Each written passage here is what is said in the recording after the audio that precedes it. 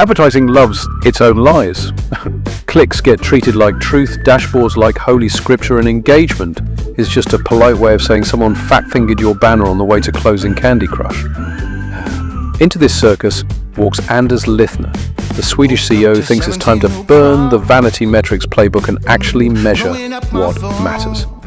Today, he's here to tell us why the industry is terrified of the truth and why that fear is costing everyone real money. Multi-billion-dollar complex federal court litigation. We do it day in, day out. And we've built a team dedicated to doing nothing but keeping you safe in the most dangerous litigation in the world.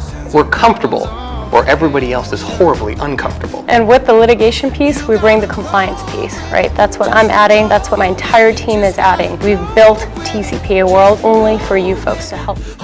And now the host of the ADOTAT Show, the Dean of Data, the Rabbi of ROAS, the Prince of Performance, the Sultan of Strategy, the one, the only.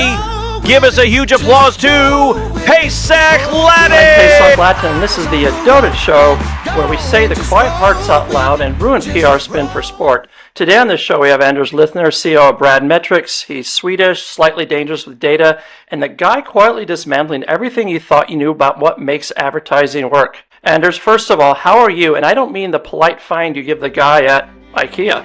Right, well, thanks for asking and thanks for having me. I'm actually not that well because I have a proper man cold. Hope I'm not going to cough this whole thing into pieces, but other than that, I'm great, thanks. So are you thriving on this chaos, or is your brain basically a Google sheet with PSD? No, it's nothing like that, but I am thriving. I think it's a beautiful time to be in ad tech and to be in data and to be in measurement. So yes, very happy at the moment. So you've said before that advertising is half science, half art. Which side pays the rent, and what side makes you hate Chrome? I guess at the end of the day, both sides pay the rent, right? Because you can't really have an effective campaign for a sad brand with a shitty creative and with the art part missing.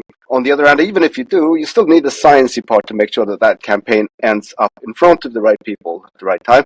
But when those things work in tandem, advertisement is a really impactful way of influencing consumers so that they take their money to the brands and then brands take their money to the publishers. So when both of these things are working, you and I have a job. So I think it's kind of both, even though I'm closer to the sciencey part than the creative. So can you tell me about the moment when you realized brand metrics wasn't just a cool idea, but an actual business with sharp teeth? Was it during a pitch, or did someone finally wire you money without asking you to circle back? I think it was when signing our third and fourth customers. So going back in history, I used to head up a market research company. We did all kinds of stuff, but we also had publisher customers, media owners. And they came to us and said, look, we have proper sales teams, we have revenue coming in from digital. This is some 10 years ago, but we really have nothing to show except the click data to, as to whether it's working or not. Can you help us? And then that's when we started creating what's now Brand Metrics. And we turned it into a platform. We managed to get 2 customers in Sweden. Then we went to UK, and our third customer was The Guardian. Our fourth customer was Financial Times. Then we kind of knew, okay, this thing's got legs. And we're still working really closely with both those publishers. Love them, but there's been some additional since. So is it possible that marketers don't want to actually know the truth because it might get them fired? To some extent, yes, I think that's the case. But this is a new thinking from my side, but I've had it for a while, is that you walk into a bar and you meet somebody from ad tech, and it takes like 1 minute until you start talking about how everybody else is stupid and this is such a stupid industry and that's not how advertisement works. That's why you can pull something like this off and whatever it is. And then you meet another person at another bar and it's the same thing. So I think in reality, we're all smart and we all know how advertisement really works. We just expect everybody else not to be so smart. So I think we're a little afraid of the actual truth. Yeah, you're right. But it's not because we don't understand it. That's a misunderstanding in itself, I think. Most people here understand how advertisement works. So if you could freeze time, as you mentioned, that you would love to be able to, and secretly rewrite one industry playbook, what would you change first? I guess the idea that you can buy behavior is, for me, it's the one big misunderstanding in advertisement, that there are people thinking that you can, if you put the right kind of ads in front of people, they would start behaving without having a change of mind or a change of heart. You But that's wrong, right? You can't buy behavior. You can only influence people. And then if they are influenced in their minds or in their heart, then they will behave. You can't skip that step. I think a lot of ad tech is about trying to skip that step. So if there was one lesson from your media research days at Kantar that you wish every advertiser could tattoo on their arm, maybe backwards so they could see it in the mirror, what would it be? Yeah, I had a period of my life when I was in proper media research in academia, and I think the one thing that I've always carried along since then is knowing, it's going to sound really cheesy, but it's knowing that consumers are humans. Sometimes we forget that consumers are humans, and humans are going to spend their time with things they find meaningful, like you and I talking or consuming media, even sometimes consuming ads. But if we don't find it meaningful, we're not going to do it. So you need to earn people's sense of thinking, this is meaningful to me.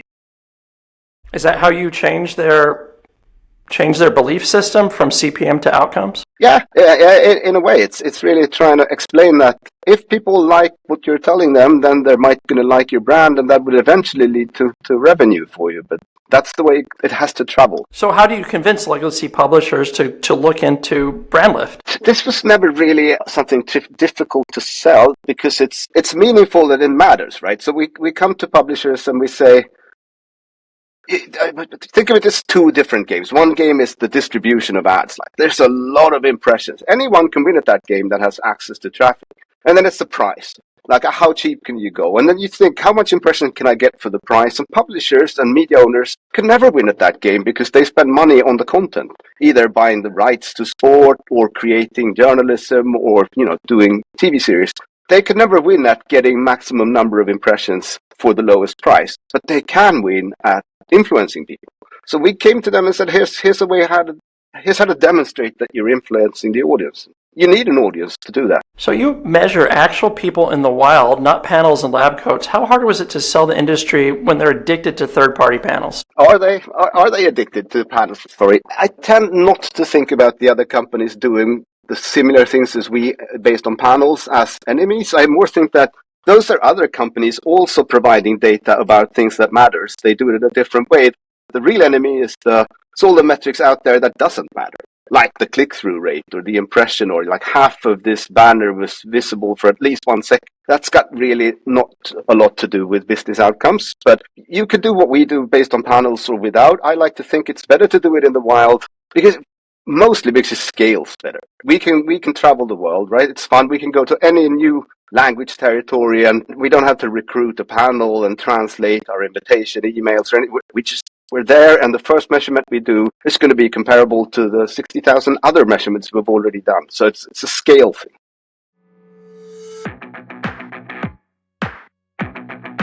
If last touch attribution worked, your waiter would take full credit for your meal. We make sure the chef gets credit too. Incremental.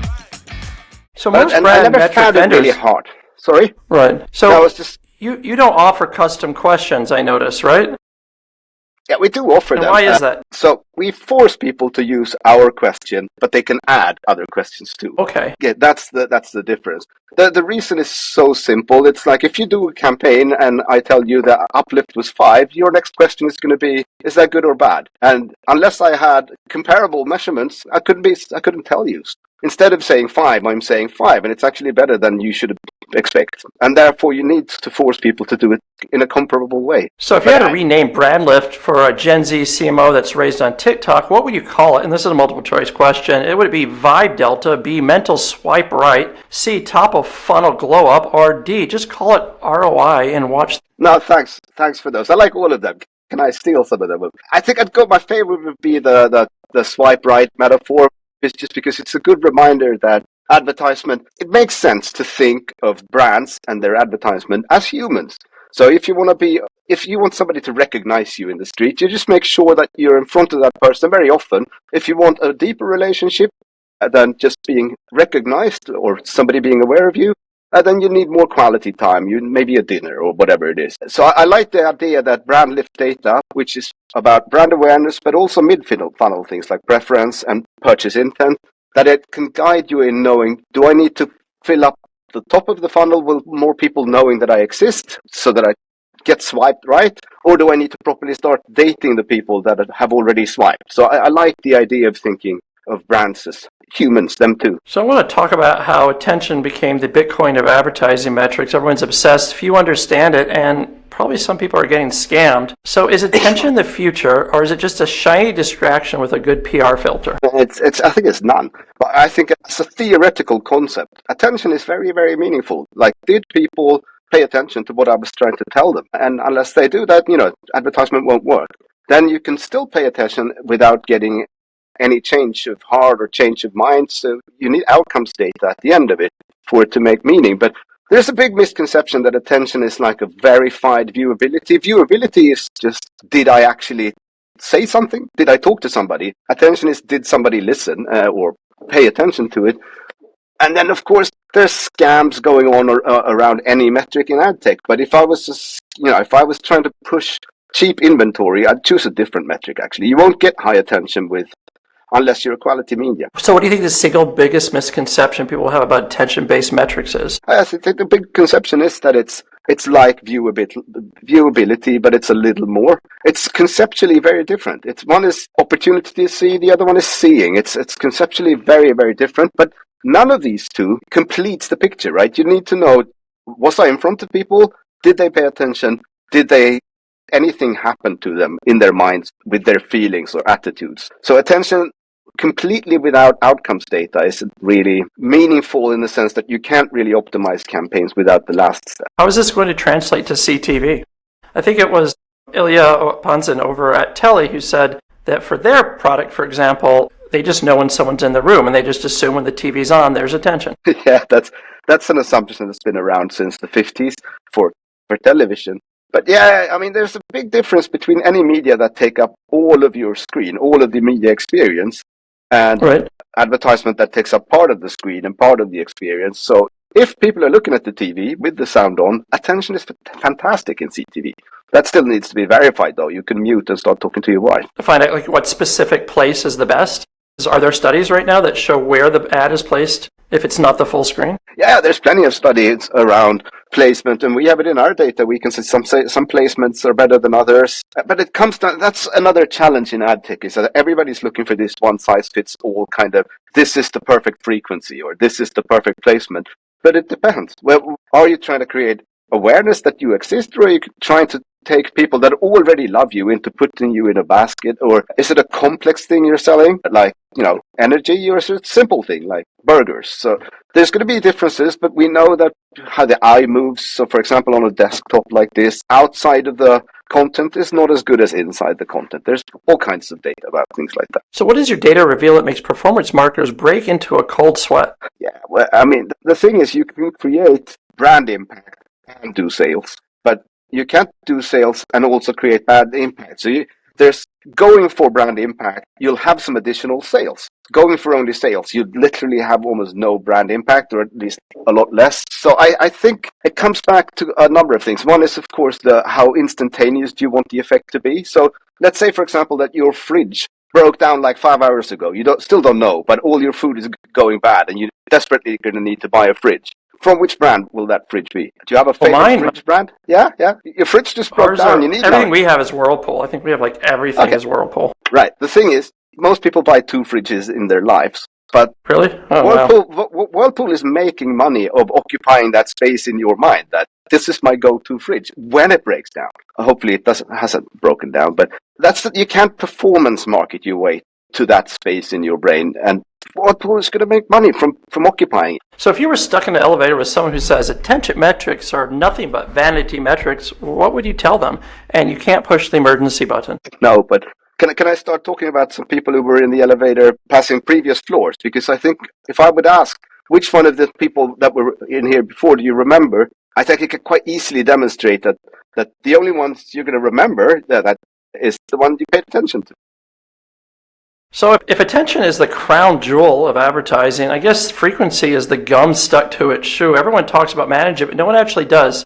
Why is it? Do you think it's incompetence, willful ignorance, or the algorithmic equivalent of we'll circle back? I think frequency, I see more money being spent showing an ad to one person one time, which has literally no impact. More money being wasted on too low frequencies than too high frequencies. I get that if you have a very intrusive format, like a seat interrupts the TV you're watching and it goes on for 15 seconds. You don't want to see the same thing 10 times in the same film.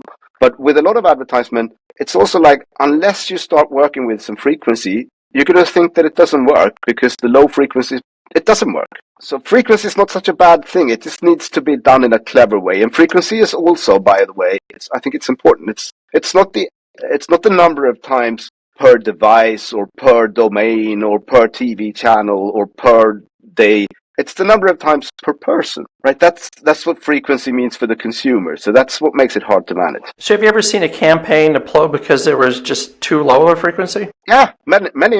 I think it's very, very common that, especially if you think of display advertisement, like stupid banners. People put one banner in front of one person, and then they ask us did it move the needle in brand consideration? We say, no, it didn't. Oh, that's sad because we put a lot of money in here. But you can't change people's consideration about something by showing them one banner one time.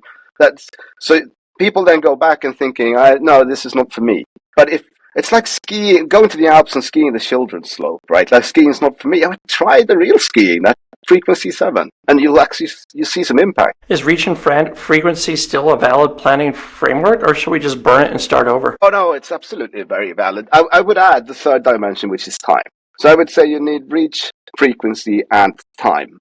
And you can build time with frequency and vice versa, but it's absolutely still valuable and should lead us in. Why do you think marketers are still chasing clicks?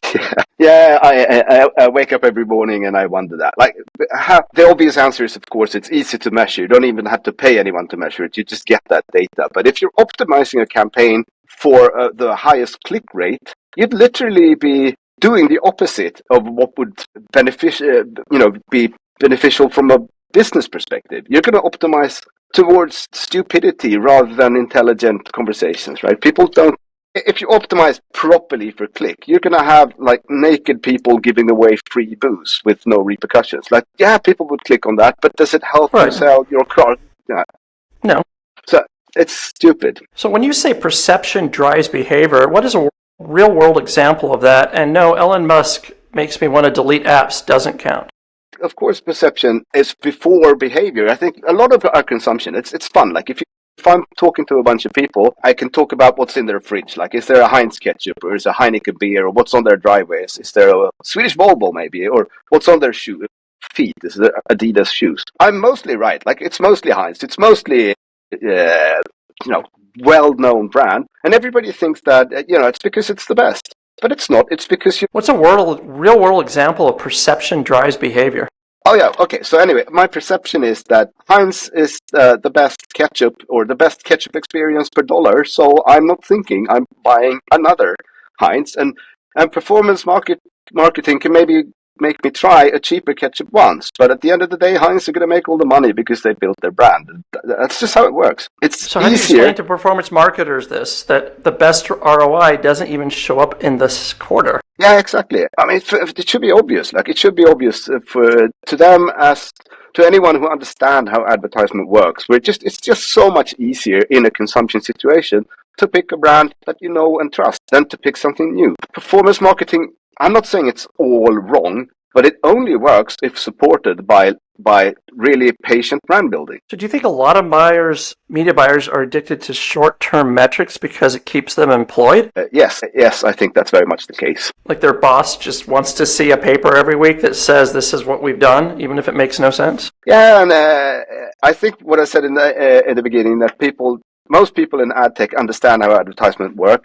But I'd also say a lot of CEOs and CFOs out there don't. So it's hard to understand. It's hard to explain, right? So what's your boldest protection how brand measurement will evolve by 2030? Yeah, I think this is 2025 already. It's beginning to happen, but it'll be more so in 2030. Is that it's becoming not just a measurement. So today we have measurements. They're based on putting surveys in front of people, either like we do it or through a panel, and then there's a report. But you do that enough times, we have had more than 10 million answers to our little survey. You can start training data on that, training models on that data, which also knows a lot of things about the campaigns. So we can already look at a campaign and say, we predict that if we measured it, this is where it would end up. And when you can predict, you can also loop through various scenarios and start optimizing. So I think brand outcomes is turning into that predictive signal that we've seen for attention for a while. And be very much so, I think, in 2030. So we're now going to strand you on a desert island. You don't have dashboards, no clients, just some coconuts, and you chose 5 authoritarian leaders to come with you? Okay. As my notes say, why those 5? Are you planning peace talks? Or just saying what diplomats won't? So what is it you want me to specify? What I would do to them, or who they are? Well, I actually don't. I didn't put. I forgot to put down who the 5 are. If you could tell us who they are. Oh yeah, because I think we know who they are. I mean, I have kids, right? So I would take the 5 worst leaders in this world, so that you and my kids and the rest of the world could be in a happier place. I'll take one for the team here. And you'll just leave them there with you? I think I could be quite amused by just having them fight it out with each other. It'd be like theater. If you had to explain brand lift to your fellow islanders, how would you do it?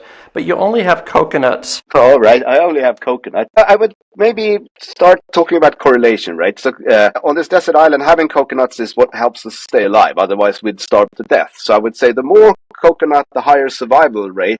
It's the same thing with marketing and advertisement. The more exposure to a brand's campaign, the higher the brand preference and purchase intent. So it's a correlational thing. So what leadership lessons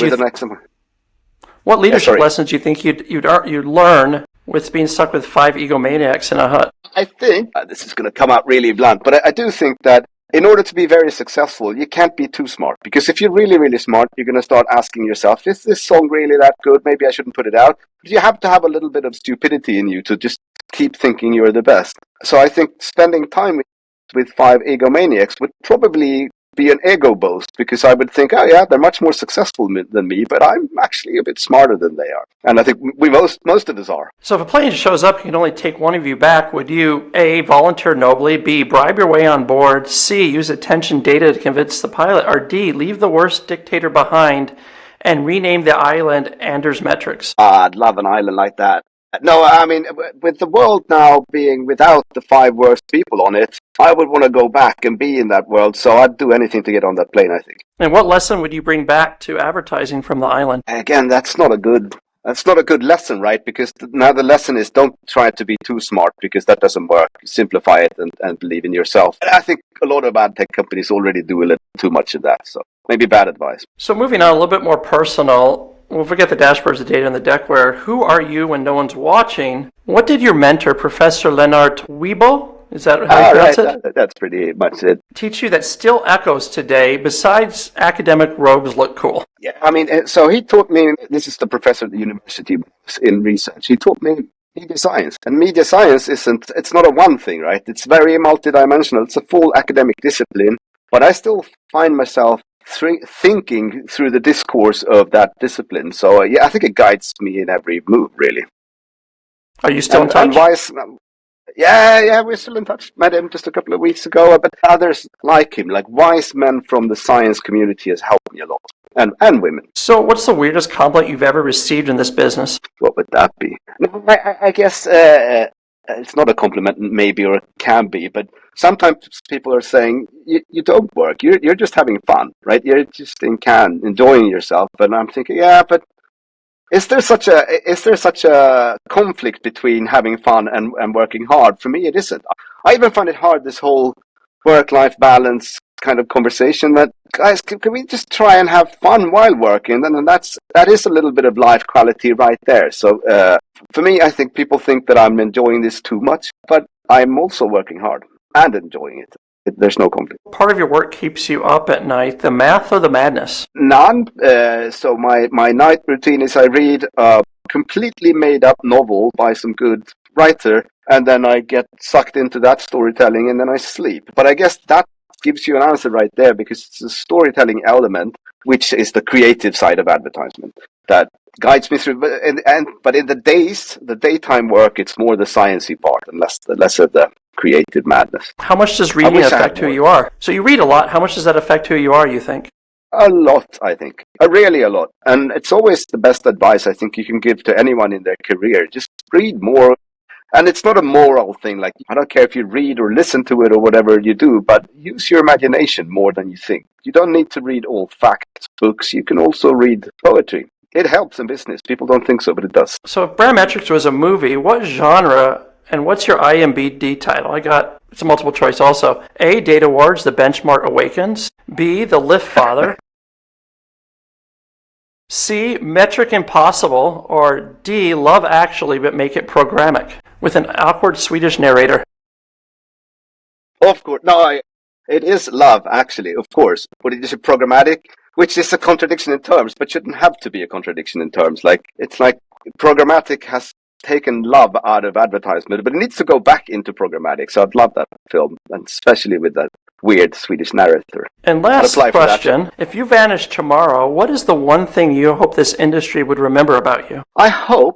This is vain, of course, but I would really appreciate both, I guess, privately and professionally, to have some kind of betterment impact on the ecosystem that takes everything towards more quality. And I think that sits with this whole company. Like, we're a little bit obsessed about what really matters and what defines quality. So if I could just be a small contributor to that would make me kind of happy. And if people remember it, yeah, good. And now the fun part of the show where we force you to dance. All right, not a problem. And that's a wrap on today's episode of the ADOTAT Show, where Anders Lithner reminded us that most of advertising is like karaoke in a bad bar, loud, off-key, and everyone pretending the clicks mean something.